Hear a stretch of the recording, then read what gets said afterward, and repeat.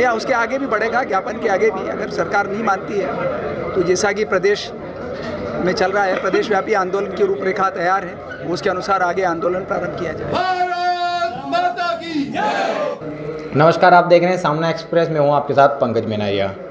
गरीब और निर्धन ब्राह्मणों की छात्रवृत्ति के लिए इंदौर में जिस आंदोलन का आगाज़ हुआ है, उसी के संदर्भ में नीमच में भी आज एक ज्ञापन सौंपा गया है। नीमच में सकल ब्राह्मण समाज समिति द्वारा उसके नेतृत्व में करीब 12 ब्राह्मण संगठनों ने ज्ञापन दिया, जिसमें कहा कि जो गरीब और निर्धन ब्राह्मण हैं उनकी छात्रवृत्ति शासन चालू करें, क्योंकि गरीबी जाति देख कर नहीं आती है। देखिए क्या कहा ब्राह्मण समाज के लोगों ने। आज के इस ज्ञापन में हम लोगों ने माननीय प्रदेश के यशस्वी मुख्यमंत्री शिवराज सिंह चौहान से ये मांग की है कि आर्थिक आधार पर छात्रवृत्ति का जो विसंगति है उसको दूर करते हुए आप छात्रवृत्ति निर्धनता कोई जाति विशेष देख के नहीं आती है, इसलिए निर्धन जो ब्राह्मण समाज के निर्धन परिवार हैं उनको भी समान अन्य वर्ग के समान छात्रवृत्ति दे, ऐसी हम लोगों ने मांग की आज माननीय मुख्यमंत्री जी से।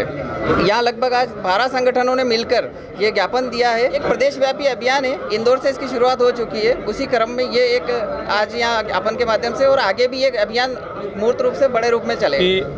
ब्राह्मण आदि समय से राष्ट्र के लिए अपने प्राणों की न्यौछावर करते हुए राष्ट्र सेवा करता चला आ रहा है, लेकिन किसी भी शासन ने आज तक ब्राह्मण की अनदेखी ही की है। उसके हित के लिए कोई इस प्रकार का रूपरेखा नहीं बनाई है, क्योंकि संविधान में व्यवस्था नहीं है, और उसी कारण ब्राह्मण की जो वर्तमान दशा है, उसकी दयनीय स्थिति है, उसकी जवाबदेह प्रशासन रहा है अभी तक।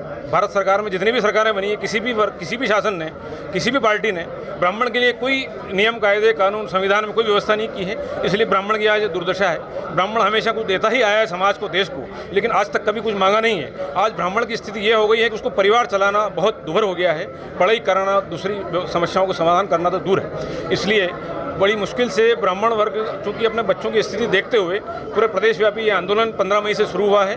उसके संबंध में आज नीमच में भी ब्राह्मण की जितनी भी संगठन हैं, संस्थाएं हैं, उन सभी के पदाधिकारी आज यहाँ उपस्थित होकर माननीय मुख्यमंत्री महोदय के नाम से ज्ञापन दिया जा रहा है।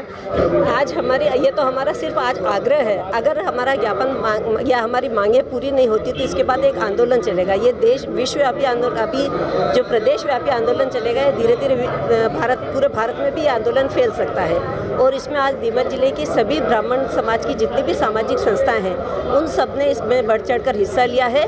और ये हमारी मांग नहीं, आने वाली पीढ़ी की मांग है। हमने ये सब सहन कर लिया। ब्राह्मण हमेशा से उसको याचक की दृष्टि से देखा गया है, लेकिन अब ब्राह्मण याचक नहीं रहा है, वो सब कुछ करने में समर्थ हो गया है, सक्षम हो गया है।